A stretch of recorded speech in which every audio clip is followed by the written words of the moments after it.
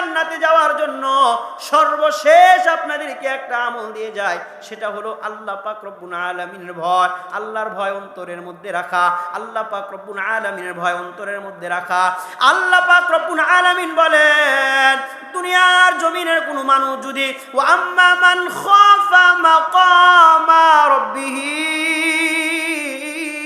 ওয়া নাহান নাফসা আনিল হাওয়া, আল্লাহ পাক রব্বুল আলামিন বলেন, দুনিয়ার জমিনের কোনো মানুষ, নারী হোক পুরুষ হোক, যুবক হোক বা যুবতী হোক, কোনো মানুষ যদি আমি আল্লাহর ভয় অন্তরের মধ্যে রেখে গুনাহ থেকে বিরত থাকতে পারে, আল্লাহ পাক রব্বুল আলামিন বলেন, আমি আল্লাহ ওয়াদা করলাম, ঘোষণা দিলাম, অঙ্গীকার করলাম, ফা ইন্নাল জান্নাতা হিয়াল মাওয়া, আল্লাহ বলেন আমি আল্লাহ তাকে জান্নাতুল মাওয়া দান করে দিব। আল্লাহ পাক রব্বুল আলামিন আমাদেরকে যেই সমস্ত নিয়ামত দান করেছেন, এই নিয়ামত গুনে গুনে গণনা করে কখনোই কোনোদিনই কোনো সময় শেষ করা যাবে না। আমার কথা নয়, আল্লাহ পাক রব্বুল আলামিনের কথা। মহাগ্রন্থ আল কোরআনুল কারীমের 13 নম্বর পারার 18 নম্বর পৃষ্ঠায় সূরা ইব্রাহিমের 34 নং আয়াত কারিমার মধ্যে আল্লাহ পাক রব্বুল আলামিন তিনি বলেন, ওয়া আতাকুম মিন কুল্লি মা সাআলতুমু ওয়া ইন তাউদ্দু নি'মাতাল্লাহি লা তুহসুহা ইন্নাল ইনসানা লাকাফুর। আল্লাহ পাক রব্বুল আলামিন দুনিয়ার জমিনের তার সব বান্দা বান্দীকে উদ্দেশ্য করে বলেন, ওয়া আতাকুম মিন কুল্লি মা সাআলতুমু,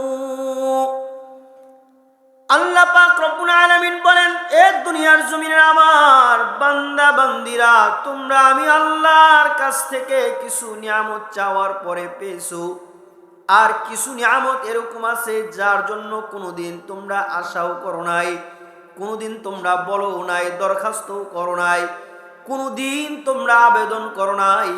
আল্লাহ পাক রব্বুল আলামিন বলেন, তারপরেও আমি আল্লাহ মুহাব্বত করে ভালোবেসে তোমাদেরকে ওই সমস্ত নিয়ামত দান করেছি। এবার আল্লাহ পাক রব্বুল আলামিন বলেন, ওয়া ইন তাউদ্দু নি'মাতাল্লাহি লা তুহসুহা, আল্লাহ পাক রব্বুল আলামিন বলেন, আমি আল্লাহ তোমাদেরকে যে সমস্ত নিয়ামত দান করেছি, এই নিয়ামতগুলা গুনে গুনে গণনা করে কখনোই কোনো সময় শেষ করতে পারবে না। বলেন, এ কথাটা যিনি বলেছেন তিনি হলেন কে? এই পরিমাণ নিয়ামত আল্লাহ তাআলা আমাদেরকে দান করেছেন, আমি মানি আর না মানি, বিশ্বাস করি আর না করি। এবার আল্লাহ পাক রব্বুল আলামিন এই নিয়ামতগুলা দেওয়ার পর তার মহাগ্রন্থ আল কোরআনুল কারীমের 27 নম্বর পারার 10 নম্বর পৃষ্ঠার মধ্য থেকে একটি সূরা আরম্ভ, যার নাম হলো সূরাতুর রহমান। এই সূরার মধ্যে আল্লাহ পাক রব্বুল আলামিন একবার নয়, দুইবার নয়, 5 বার নয়, 10 বার নয়, 20 বার নয়, 25 বার নয়, 30 বার নয়, একটা মাত্র আয়াতে কারিমা বারংবার তথা আল্লাহ পাক রব্বুল আলামিন 31 বার বলে বলেন, ফাবি আইয়ি আলাই রাব্বিকুমা তুকাজ্জিবান। আল্লাহ পাক রব্বুল আলামিন বলেন, ও আমার বান্দা বান্দি, তোমরা আমি আল্লাহর কোন কোন নিয়ামতকে অস্বীকার করবা? বলেন তো দেখি, আল্লাহর নিয়ামত অস্বীকার করার কোনো সুযোগ আছে? একটু জোরে বলেন। নাই, করা যাবে না, কখনোই করা যাবে না। এবার আল্লাহ পাক রব্বুল আলামিন তার মহাগ্রন্থ আল কোরআনুল কারীমের 13 নম্বর পারার 13 নম্বর পৃষ্ঠায় সূরা ইব্রাহিম 15 নম্বর পৃষ্ঠার মধ্যে আল্লাহ পাক রব্বুল আলামিন বলেন, লা ইন শাকারতুম লা আযীদান্নাকুম ওয়া লা ইন কাফারতুম ইন্না আযাবি লাশাদীদ। আল্লাহ পাক রব্বুল আলামিন বলেন, হে আমার বান্দা বান্দিরা শুনো, যদি আমি আল্লাহ নিয়ামতের শুকর আদায় করো, নিয়ামতের হক আদায় করো আর কদর করো, আল্লাহ বলেন ওয়াদা দিলাম, ঘোষণা দিলাম, আমি আল্লাহ তোমাদের জন্য আমার পক্ষ থেকে আরো নিয়ামতকে বাড়ায়া দিব। একবার আওয়াজ দিয়া বলা যাবে কি সুবহানাল্লাহ? এবার তো আমি আপনি নিয়ামত আমার আপনার জন্য আসবে, সুবহানাল্লাহ বললাম। এবার আল্লাহ পাক রব্বুল আলামিন বলেন ওয়ালা ইন কাফারতুম ইন্না আযাবি লাশাদীদ। আল্লাহ বলেন শোনো, আর যদি নিয়ামতের কদর আদায় না করো, নিয়ামতের শুকর যদি আদায় না করো, হক যদি আদায় না করো, নিয়ামতটাকে তো আমি আল্লাহ উঠায় নিয়ে যাব, এটাই শেষ নয়। আল্লাহ বলেন শোনো, ইন্না আযাবি লাশাদীদ, আমি আল্লাহ তোমাকে কঠিন আযাবে গ্রেফতার করব। বলেন না নাউযুবিল্লাহ। তাহলে আল্লাহর নিয়ামত পাওয়ার পর শুকর আদায় করা দরকার আছে না নাই?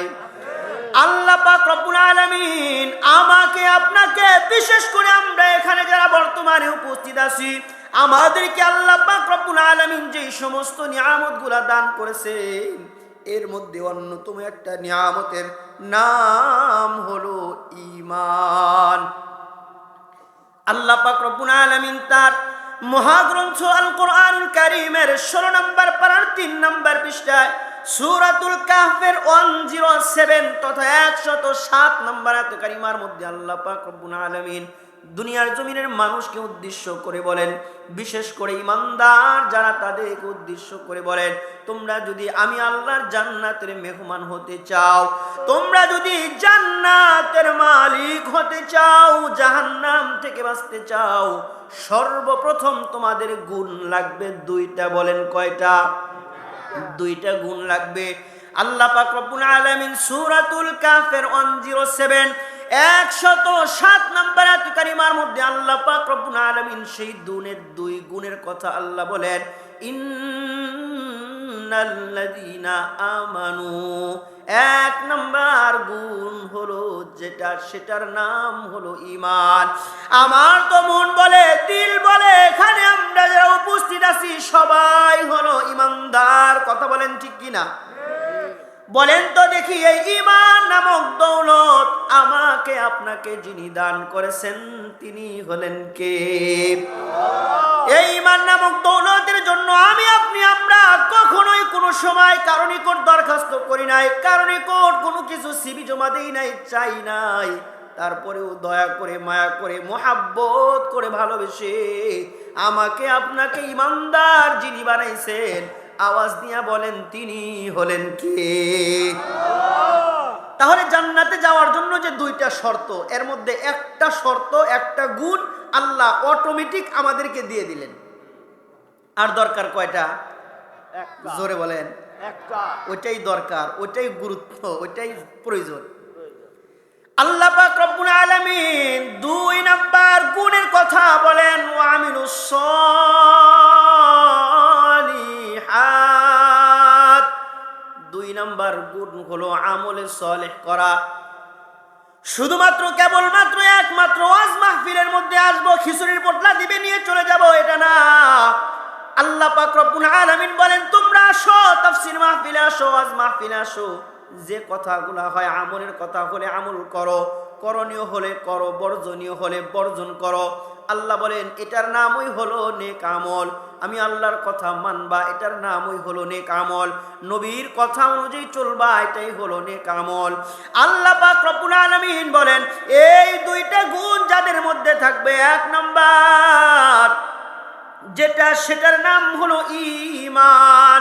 2 নাম্বার গুণ ওয়া আমিলুস সালিহাত, যারা আমলে সালেহ করবে, আল্লাহ পাক রব্বুল আলামিন বলেন এই মানুষগুলার মরণ হতে দেরি, কানাত লাহুম জান্নাতুল ফিরদাউসি নুজুলা, তাদেরকে জান্নাতের মেহমান বানাইতে আমার আল্লাহ দেরি করবে না।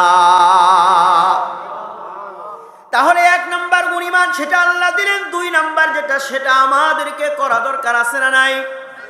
আমাদেরকে করতে হবে। বলে হুজুর এক নাম্বার গুণের কথা তো বললেন, ভালো লাগলো। এবার নেক আমলের কথার মধ্যে যখন চলে যাবেন তখন তো খারাপ লাগবে, আর ভালো লাগবে না। না না না, ভালো লাগলেও করতে হবে, খারাপ লাগলেও করতে হবে, মনে চাইলেও করতে হবে, না মনে চাইলেও করতে হবে।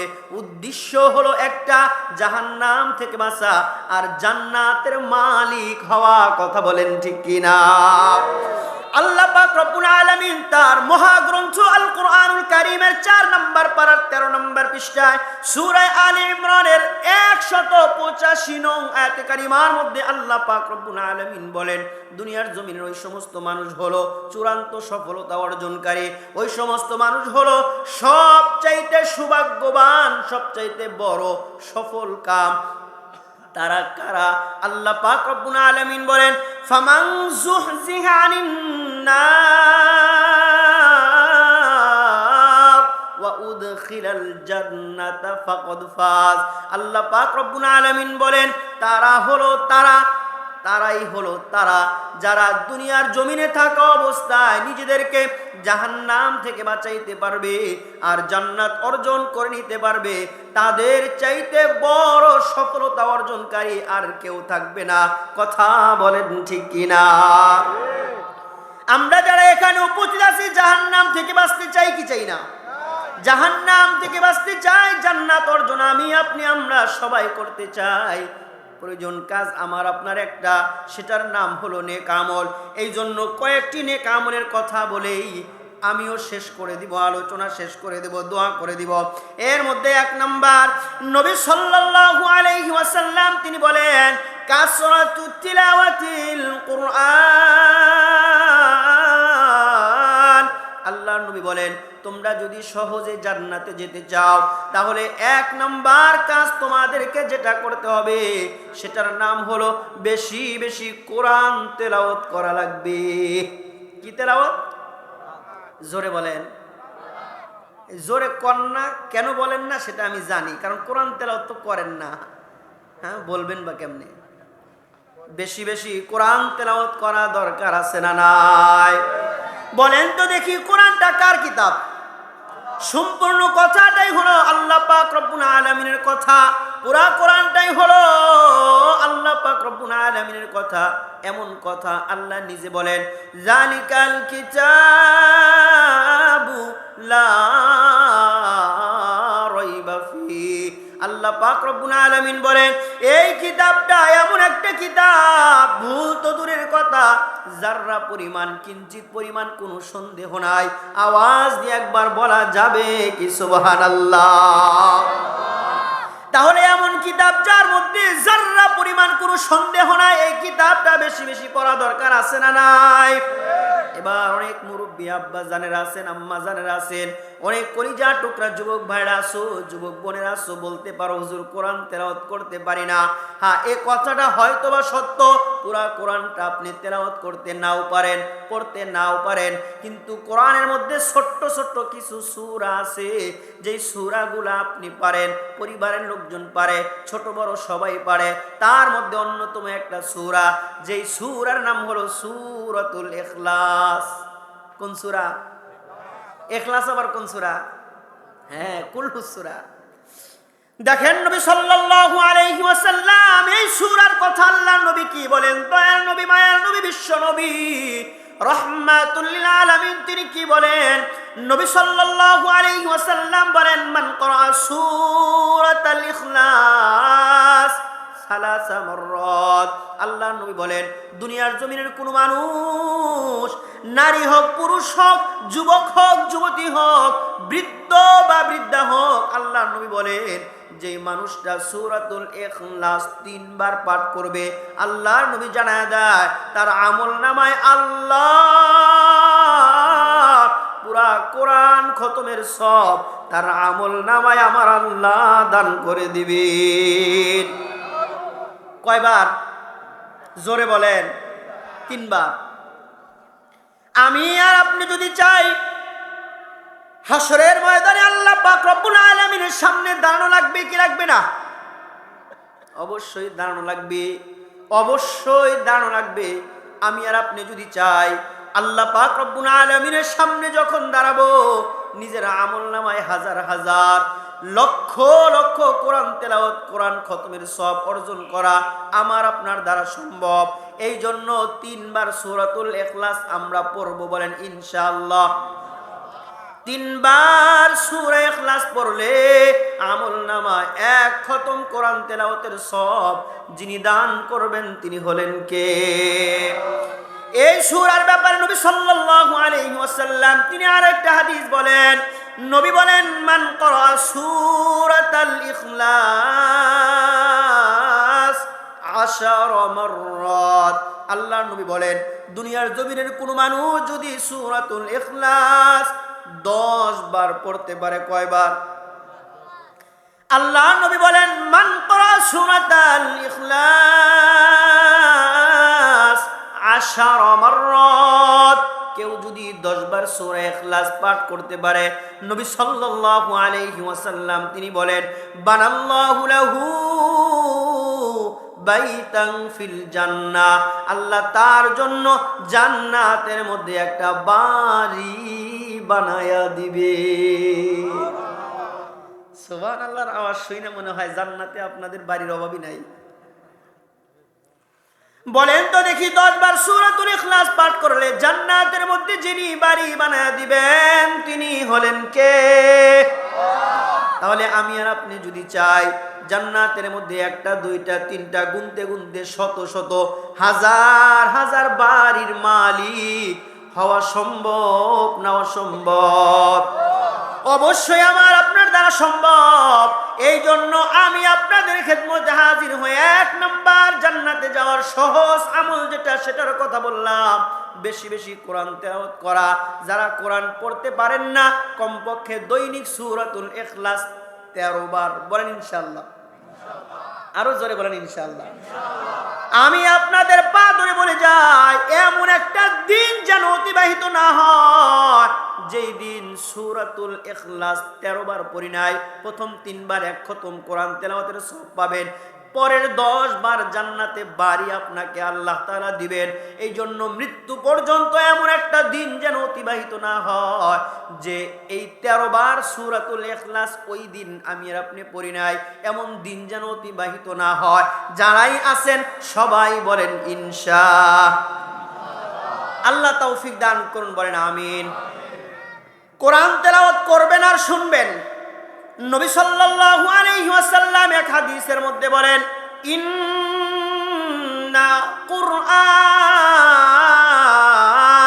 ইন্নাল কুরআন ইয়াশফাউ ইনদাল্লাহ। আল্লাহর নবী বলেন নিশ্চয় এই কোরআনটা হাসরের ময়দানে পড়নেওয়ালার জন্য সুপারিশ করবে, বলেন না সুবহানাল্লাহ।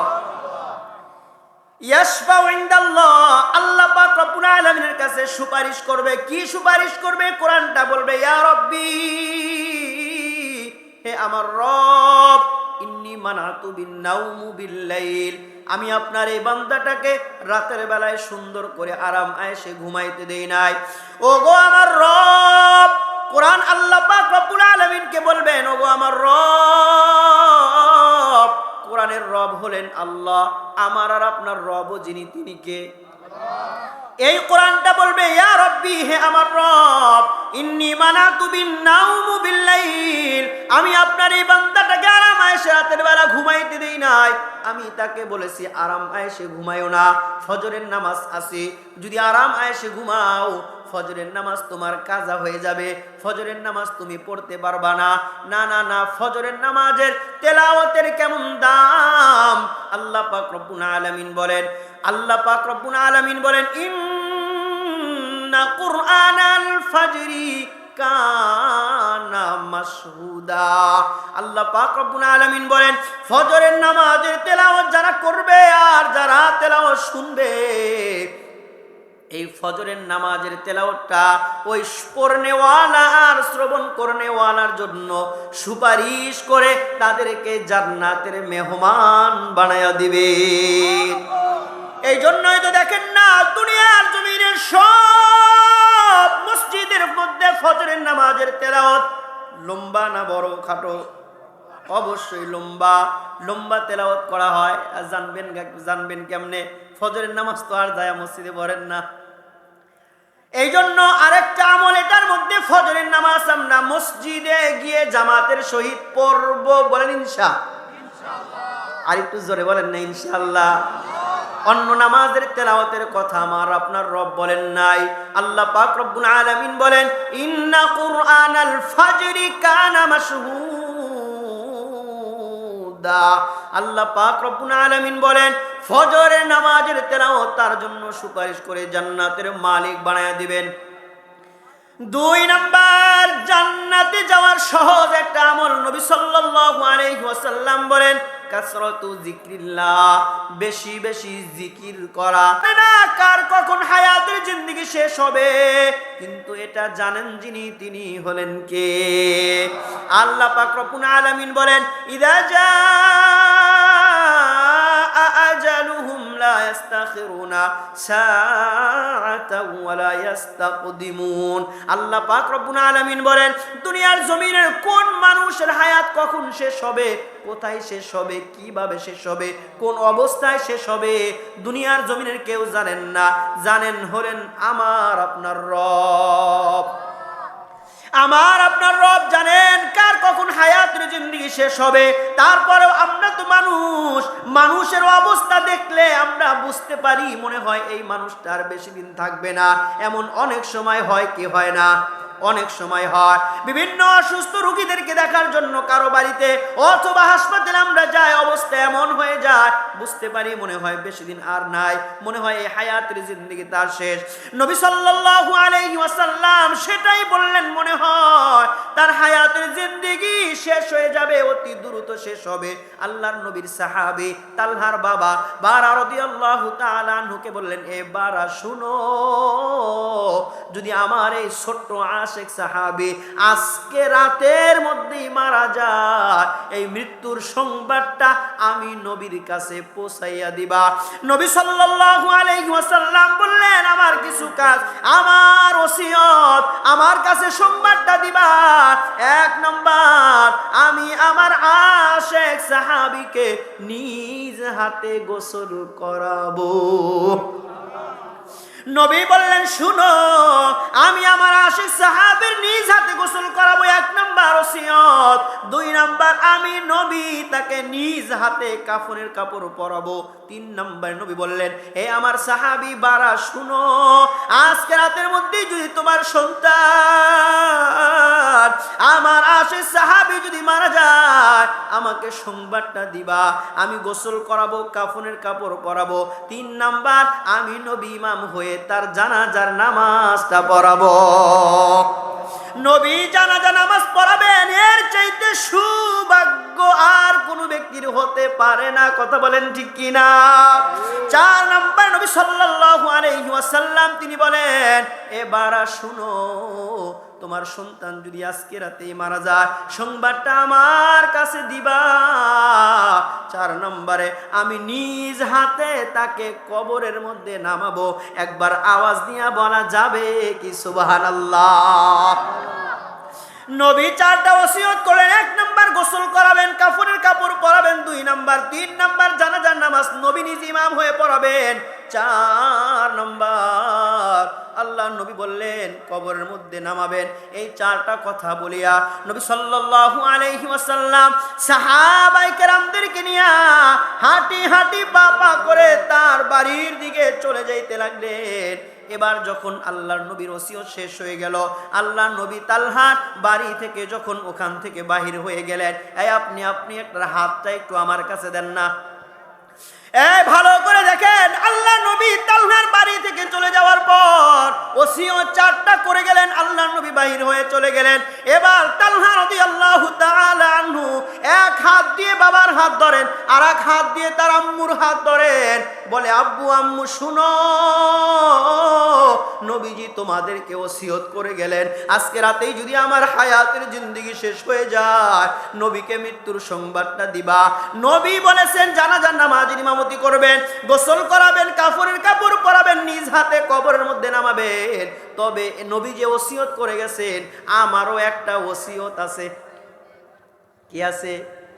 নবী ওসিয়ত করছেন, আবার তার বিরুদ্ধে গিয়া তার পরবর্তীতে গিয়া তার সাইটে গিয়া সাহাবী ওসিয়ত করে। নবী সাল্লাল্লাহু আলাইহি ওয়াসাল্লাম ওসিয়ত করার পরে তালহা আব্বু আম্মুকে বলেন, আব্বু আম্মু শুনো, আমারও একটা ওসিয়ত আছে। এবার তালহা রাদিয়াল্লাহু তাআলা আনহুর বাবা, সেও তো নবীজির সাহাবী, বারা বলেন, হে তালহা শোনো, নবী ওসিয়ত করে গেছেন, আর তোমার কোনো ওসিয়ত গ্রহণযোগ্য হবে না, আর তোমার কোনো ওসিয়ত কাজে আসবে না, আর তুমি কোনো ওসিয়ত করিও না। তারপরেও আল্লাহর নবীর ওসিয়তের পাশে গিয়া তালহা রাদিয়াল্লাহু তাআলা আনহু আব্বু আম্মুকে বলেন, শুনো, আমার একটা ওসিয়ত। বাবা মা বলেন, আচ্ছা ঠিক আছে, তোমার ওসিয়তের কথাটা একটু বলো। এবার তালহা রাদিয়াল্লাহু তাআলা আনহু বলেন, আমার একটা ওসিয়ত। নবী বলছেন মৃত্যুর সংবাদটা দেওয়ার জন্য। আমি বললাম, আমার আজকে রাতেই যদি হায়াতের জিন্দেগি শেষ হয়ে যায়, আমার এই মৃত্যুর সংবাদটা তোমরা নবীর কাছে দিতে পারবা না। প্যাস লাগছে কি লাগে নাই? শুধু প্যাস না, কঠিন প্যাস লাগছে। আল্লাহ নবী বললেন, সংবাদটা আমাকে দিবা। এবার তালহা বলেন, না, সংবাদটা দেওয়া যাবে না। অথচ তালহাও নবীজির সাহাবী।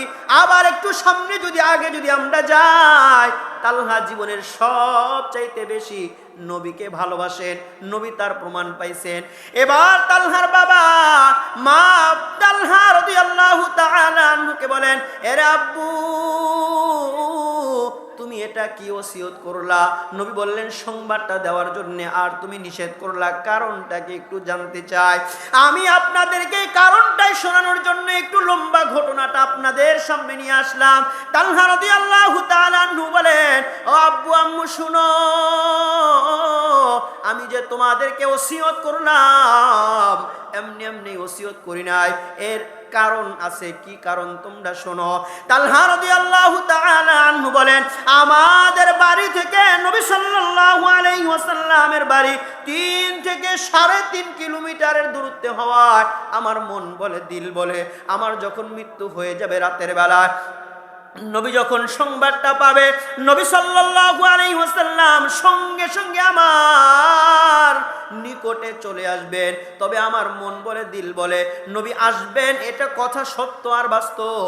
তবে আসা যাওয়ার মধ্যে যদি কোনো কাফের তার উপর আক্রমণ করে বসে, কোনো কাফের তার উপর আঘাত করে বসে, কোনো অমুসলিম তার উপর আঘাত করে বসে, কোনো ইহুদি আর নাসারা বেঈমান তার উপরে আঘাত করে বসে, তাহলে আমি আমার এই শরীরটা, চেহারাটা নিয়া হাসরের ময়দানে আল্লাহর সামনে কেমনে দাঁড়াবো? কথা বলেন ঠিক কি না? এই ছোট্ট আশিক সাহাবী বাবা মাকে বললেন, আব্বু আম্মু শুনো, আমাকে দেখার জন্য গভীর রজনীতে নবী চলে আসবেন। আর আসার সময় যদি সে রক্তাক্ত হয়ে যায়, আমার কারণে নবীজির শরীর থেকে রক্ত বাহির হবে, আমি আমার এই চেহারাটা নিয়া হাসরের ময়দানে আল্লাহর সামনে কেমনে দাঁড়াবো? আল্লাহ পাক রব্বুল আলামিনের কি লীলা খেলা আর কি কুদরত! নবীজি বাড়ি থেকে বাহির হয়ে চলে যাওয়া মাত্রই তালহা রাদিয়াল্লাহু তাআলা আনহুর হায়াতের জিন্দেগি শেষ হয়ে গেল। এবার তালহা রাদিয়াল্লাহু তাআলা আনহুর বাবা মা তারা চিন্তা করলেন, তালহা যে ওসিয়ত করে গেছে, ওসিয়তটা যৌক্তিক। কারণ নবী তো নবী, তার শরীরে মশা মাছি বসা হারাম, মশা মাছি বসা পড়া হারাম। এই জন্যই তালহা রাদিয়াল্লাহু তাআলা আনহুর ওসিয়তের কথা যেটা মাথায় রেখে তালহার বাবা মা নবীজি সাল্লাল্লাহু আলাইহি ওয়াসাল্লামকে আর সংবাদ দিলেন না। সংবাদ না দিয়ায় পরিবারের লোকজন মিলে রাতের বেলায় গোসল করিয়া, কাফনের কাপড় পরাইয়া, জানাজার নামাজটা পড়াইয়া তাকে কবরস্থানে দাফন করে দিলেন। সকাল যখন হয়ে যায়, নবী সাল্লাল্লাহু আলাইহি ওয়াসাল্লামের কানের মধ্যে তালহার হায়াতের জিন্দেগি শেষ হয়ে যাওয়ার সংবাদটা চলে যায়। কে যেন বলে, ওগো আল্লাহর নবী, আপনার ছোট্ট আশিক সাহাবী তালহা গত রাতে ইন্তেকাল করেছেন। নবী সাল্লাল্লাহু আলাইহি ওয়াসাল্লাম তো অবাক যে তালহার বাবা আমার সাহাবী, তালহা আমার সাহাবী, আমি ওসিয়ত করলাম মৃত্যুর সংবাদটা আমার কাছে দেওয়ার জন্য, তারা কেন দিল না? জানা দরকার আছে না নাই? জানা দরকার।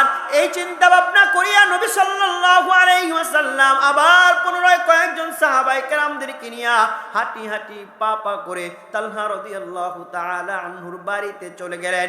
গিয়া দেখেন তালহার বাবা বারার মনটা ভীষণ খারাপ, কারণ দুনিয়ার জমিনে সব চাইতে দুঃখের যে বিষয়টা সেটা হলো কোনো বাবার কাঁধে সন্তানের লাশ। কথা বলেন ঠিক কিনা? এর চাইতে বেদনাদায়ক আর কোনো কিছু হতে পারে না, এর চাইতে দুঃখের বিষয় বড় বিষয় আর কোনো কিছু হতে পারে না। তালহা রাদিয়াল্লাহু তাআলা আনহুর হায়াতের জিন্দেগি শেষ, বাবা আমার মনটা বড় খারাপ। আল্লাহর নবী গেলেন, বলেন এ বারা শুনো, তুমি তোমার সন্তানের মৃত্যুর সংবাদটা আমার কাছে কেন দিলা না?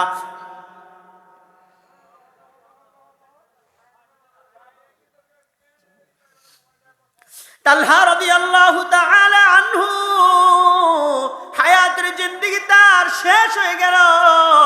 এবার তুমি তোমার এই সন্তানের মৃত্যুর সংবাদটা আমার কাছে কেন দিলা না?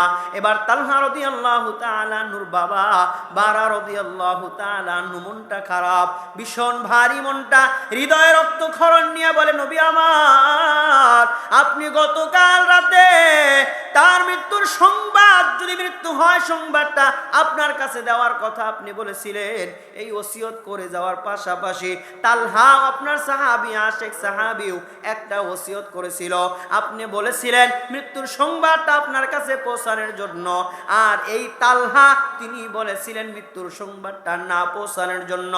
নবী সাল্লাল্লাহু আলাইহি ওয়াসাল্লাম তিনি বলেন, এবারা তালহা তার মৃত্যুর সংবাদটা আমার নিকটে পৌঁছানোর কথা নিষেধ করেছিলেন, এর কি কোনো কারণ বলেছিলেন কিনা? বারা রাদিয়াল্লাহু তাআলা আনহু বলেন, জি হ্যাঁ ইয়া রাসূলুল্লাহ, আপনার ছোট্ট আশেক সাহাবী তালহা একটা কারণ বলেছিলেন। নবী সাল্লাল্লাহু আলাইহি ওয়াসাল্লাম বলেন, কারণটা আমি জানতে চাই। নবী সাল্লাল্লাহু আলাইহি ওয়াসাল্লাম বলার পর বারা রাদিয়াল্লাহু তাআলা আনহু বলেন, ওগো আমার নবী আমার, আমিও আমার সন্তানকে কারণ সম্পর্কে জিজ্ঞাসা করেছিলাম, জানতে চেয়েছিলাম কেন নবীর কাছে সংবাদ দেওয়া যাবে না। তখন আপনার আশেক সাহাবী তালহা আমার সন্তান তিনি বলেছিল, আপনি মৃত্যুর সংবাদটা পাবেন, পাওয়ার সাথে সাথে চলে আসবেন, তার এই বিশ্বাস ধারণাটা ইয়াকিনটা ছিল। কিন্তু সে যে কথাটা বলেছে, আমাদের বাড়ি আর আপনার বাড়ি 3 থেকে 3.5 কিলোমিটারের দূরত্বে হওয়ায় আপনি রাতের বেলায় আসবেন, কোন কাফের বেদুইন নাসরা ইহুদি খ্রিস্টান ও মুসলিম আপনাকে দেখে ফেলবে, আপনাকে আঘাত করবে, শরীর রক্তাক্ত হয়ে যাবে। এই আর জন্য তালহার জন্য আপনার শরীরটা রক্তে রঞ্জিত হয়ে যাবে। তালহা বলেন, এই আমার জন্য নবীর শরীরে রক্ত বাহির হবে, আমি আমার এই চেহারা বডিটা নিয়ে আল্লাহর সামনে হাসরের ময়দানে কেমনে দাঁড়াবো? এই কথাটা তালহা রাদিয়াল্লাহু তাআলা আনহু বলেছেন। এই ওসিয়ত তিনি করেছিলেন যেন সংবাদটা না দেয়, এই জন্য আর সংবাদটা দেওয়া হয় নাই। এবার নবী সাল্লাল্লাহু আলাইহি ওয়াসাল্লাম বললেন, এবারা আমার আশেক সাহাবী তালহাকে কোথায় কবরস্থানে, কোন কবরস্থানে দাফন করেছো? নবী সাল্লাল্লাহু আলাইহি ওয়াসাল্লাম বলার পর বারা বলেন, ইয়া রাসূলুল্লাহ, ইয়া হাবিবাল্লাহ, ওই যে ওই কবরস্থানে তাকে নিয়ে দাফন করা হয়েছে। আল্লাহর নবী বললেন, এ বারা চলো, আমি আমার আশেক সাহাবী তালহার কবরটা একটু জিয়ারত করে আসি। বলেন না সুবহানাল্লাহ। কবর জিয়ারত করার বিধান আছে, এই জন্য কবর জিয়ারত করা যায়। নবী সাল্লাল্লাহু আলাইহি ওয়াসাল্লাম করেছেন। আমরাও যখন যাই তখন নবীজির রওজা পাকে আমরা সালাম দেই কি দেই না? এই জন্য কবর জিয়ারত করবেন। আরে কত বাবা মা দুনিয়ার জমিন থেকে হায়াতের জিন্দেগি শেষ করে ফেলেছেন, কত সন্তানরা এখানে আছেন, কোনদিন বাবা আমার কবরের সামনে যায় দাঁড়ায়া সালাম দিয়া আসসালামু আলাইকুম ইয়া আহলাল কুবুর বলিয়া সূরা কেরাত পড়িয়া ওই সন্তানটা বাবা আমার কবর জিয়ারত করে নাই, এমন সন্তান এই গ্রামের মধ্যে আছে না নাই? অথচ নবী সাল্লাল্লাহু আলাইহি ওয়াসাল্লাম তার হাদিসের মধ্যে বলেন, কোন সন্তান বাবা আমার কবরের পাশে দাঁড়ায় যদি আল্লাহর কাছে দোয়া করতে পারে, মাগফিরাতের দোয়া করতে পারে, দোয়া করতে দেরি আল্লাহ তাআলা তার বাবা আমাকে মাফ করে জান্নাতের মেহমান বানাইতে দেরি করবে না। এই জন্য এখানে যারা সন্তান আছো, বাবা মা হারাইছো, উদারতা আহ্বান কমপক্ষে সপ্তাহে একদিন, তাও যদি না হয় কমপক্ষে মাসে একবার হলেও বাবা আমার কবরস্থানে গিয়া ওই কবরের পাশে দাঁড়ায় আমরা দোয়া করব, বলেন ইনশাআল্লাহ। নবী সাল্লাল্লাহু আলাইহি ওয়াসাল্লাম সাহাবায়ে কেরামদেরকে নিয়ে বারা রাদিয়াল্লাহু তাআলা আনহুকে নিয়ে শেখ সাহাবী তালহার কবরের পাশে গেলেন, সালাম দিলেন। সালাম দেওয়ার পরে সূরা কেরাত পড়লেন, দরুদ ইস্তেগফার পড়ে আল্লাহর নবী দোয়া করলেন। দোয়া করার সময় আল্লাহর নবী আল্লাহ পাক রব্বুল আলামিনকে সাক্ষী রাখি একটা কথা বলেছেন। সেই কথাটা হলো আল্লাহর নবী বলেন, ওগো আল্লাহ আপনি সাক্ষী থাকেন। আল্লাহর নবী বলেন, এ আমার সাহাবারা তোমরা সাক্ষী থাকো। এই সাহাবী আমার আশিক সাহাবী তালহা, শুধু তার বাবার একার নয়, এই তালহা আজ থেকে আমি নবীর তালহা, বলেন না সুবহানাল্লাহ। আল্লাহর নবী বললেন, এই তালহা আমার তালহা। সঙ্গে সঙ্গে আল্লাহ পাক রব্বুল আলামিন জিব্রাইল আলাইহিস সালাতু ওয়াস সালামকে তালহার কবরের পাশে আল্লাহর নবী দাঁড়ানো অবস্থায় নবীর কাছে এসে বললেন, ওগো নবী আমার, আপনি বলেছেন তালহা শুধু আপনার। আরশে আজিম থেকে আল্লাহ পাক রব্বুল আলামিন জানায়া দিয়েছেন, এই তালহা শুধু আপনি নবীর একার নয়, এই তালহা হলো আল্লাহর তালহা। দেখেন আল্লাহ পাক রব্বুল আলামিন মহাগ্রন্থ আল কোরআনুল কারীমের 3 নম্বর পারা 13 নম্বর পৃষ্ঠায় সূরা আলে ইমরানের 31 নং আয়াতে কারিমার মধ্যে আল্লাহ পাক রব্বুল আলামিন কি বলেন, তোমরা যদি আমি আল্লাহকে পেতে চাও, কুল ইন কুনতুম তুহিব্বুনাল্লাহ, তোমরা যদি আমি আল্লাহকে পেতে চাও তাহলে নবীকে মহব্বত করো। তালহা নবীকে মহব্বত করেছে কি করে নাই? নবীকে মহব্বত করেছেন, নবীকে ভালোবেসেছেন, নবীর কথা শুনেছেন। এবার আল্লাহ পাক রব্বুল আলামিন বলেন, নবীকে যারাই ভালোবাসবে ইউহিব্বুকুমুল্লাহ, তারা আমি আল্লাহর হয়ে যায়, তারা আমি আল্লাহর হয়ে যায়। এই জন্যই তো নবী তালহার কবরের পাশে দাঁড়ায় বলেন, তালহা আমি নবীর তালহা। আর সে আজিম থেকে আল্লাহ পাক রব্বুল আলামিন বলেন, নবী আমার তালহা শুধু আপনি নবীর একার নয়, তালহা হলো আমি আল্লাহর তালহা। আর যদি আমি আপনি ওই আল্লাহ পাক রব্বুল আলামিনকে পেতে চাই, আল্লাহ পাক রব্বুল আলামিনকে ভালোবাসতে চাই, নবীকে ভালোবাসা দরকার আছে না নাই? নবীকে ভালোবাসতে হবে, নবীকে মহব্বত করতে হবে, নবীর অনুসরণ করতে হবে, নবী যেই কথাগুলা বলেছেন ওই কথাগুলা মানতে হবে। তাহলে নবীকে ভালোবাসা হয়ে গেল। আর নবীকে ভালোবাসা হইলে আল্লাহকে ভালোবাসা হয়ে যায়। আর যেই মানুষগুলা আল্লাহ পাক রব্বুল আলামিনকে ভালোবাসবে, আল্লাহ পাক রব্বুল আলামিন বলেন, ইয়াগফির লাকুম যুনুবাকুম, ভালোবাসতে দেরি আল্লাহ তার জীবনের সমস্ত গুনাহগুলা মাফ করতে দেরি করবে না।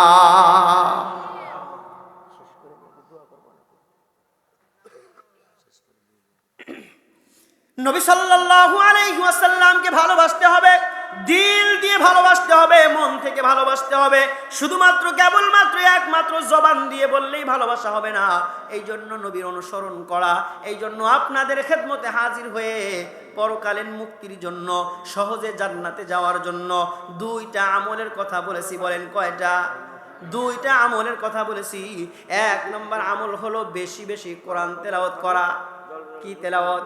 বেশি বেশি কোরআন তেলাওয়াত করা। এই কোরআন তেলাওয়াতের ব্যাপারে সূরাতুল ইখলাসের 2টা ফজিলত বলা হয়েছে। প্রথমত 3 বার সূরা ইখলাস, পরে আবার 10 বার সূরা ইখলাস, এই মোট 13 বার সূরা ইখলাস পাঠ করার কথা বলা হয়েছে।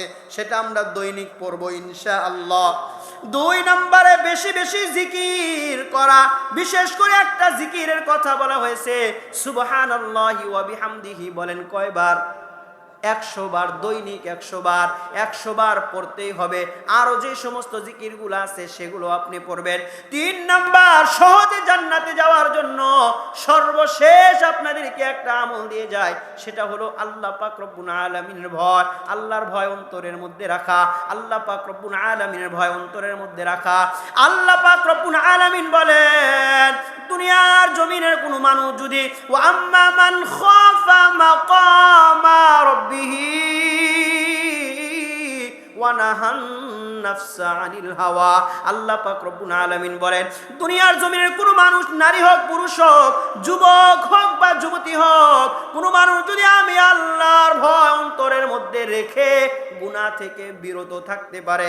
আল্লাহ পাক রব্বুল আলামিন বলেন, আমি আল্লাহ ওয়াদা করলাম, ঘোষণা দিলাম, অঙ্গীকার করলাম, ফা ইন্নাল জান্নাতা হিয়াল মাওয়া।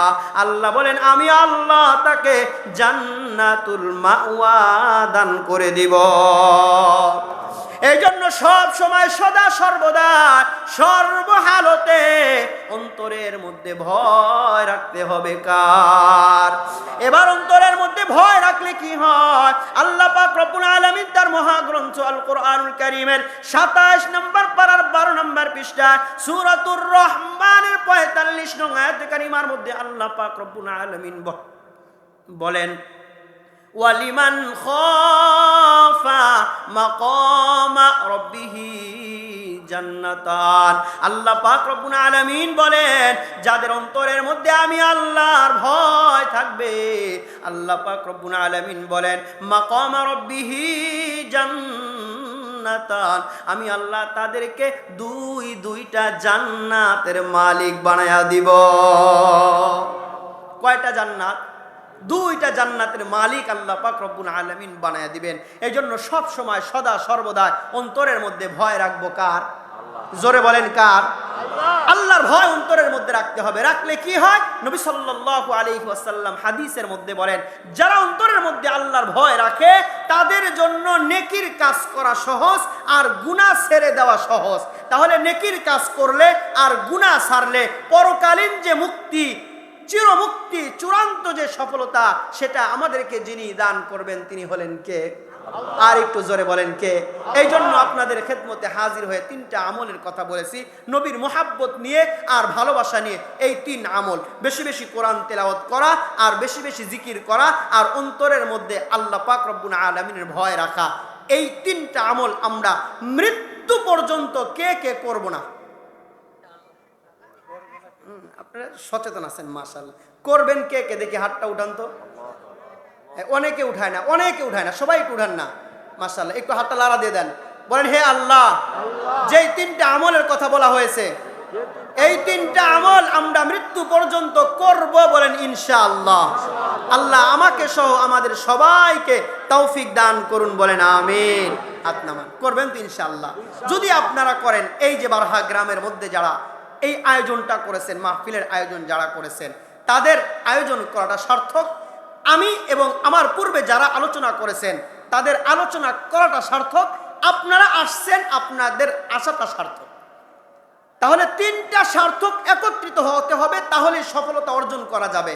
আর যদি আমরা কেউ আমল না করি, যারা আয়োজন করেছেন, আয়োজন করাটা তাদের জন্য বৃথা, আমাদের জন্য বলাটা বৃথা, আপনারা শ্রবণ করছেন, এটা শোনাটাও আপনাদের জন্য বৃথা। এই জন্য কোনো লাভ নাই। অনেক ওয়াজ মাহফিলে যান, কিন্তু কোনো আমলের খোরাক, আমল আপনারা আনেন না। না, এটা করবেন না। যেখানেই সুযোগ পাবেন যাবেন, যে ছোট্ট ছোট্ট আমলের কথাগুলো বলা হবে, এই আমলগুলো অবশ্যই করতে হবে। কথা বলেন ঠিক কিনা? এই জন্য 3টা আমলের কথা আপনাদেরকে বলা হয়েছে। মৃত্যু পর্যন্ত আমরা এই 3টা আমল কোনোদিন ছাড়বো না, বলেন ইনশাআল্লাহ। আল্লাহ আমাকে সহ আমাদের সবাইকে এই কথাগুলোর উপর পরিপূর্ণভাবে আমল করার তৌফিক দান করুন, বলেন আমিন। হাদা ওয়া আখিরু দাওয়ানা আনিল হামদুলিল্লাহি রাব্বিল আলামিন। আসসালামু আলাইকুম ওয়া রাহমাতুল্লাহি।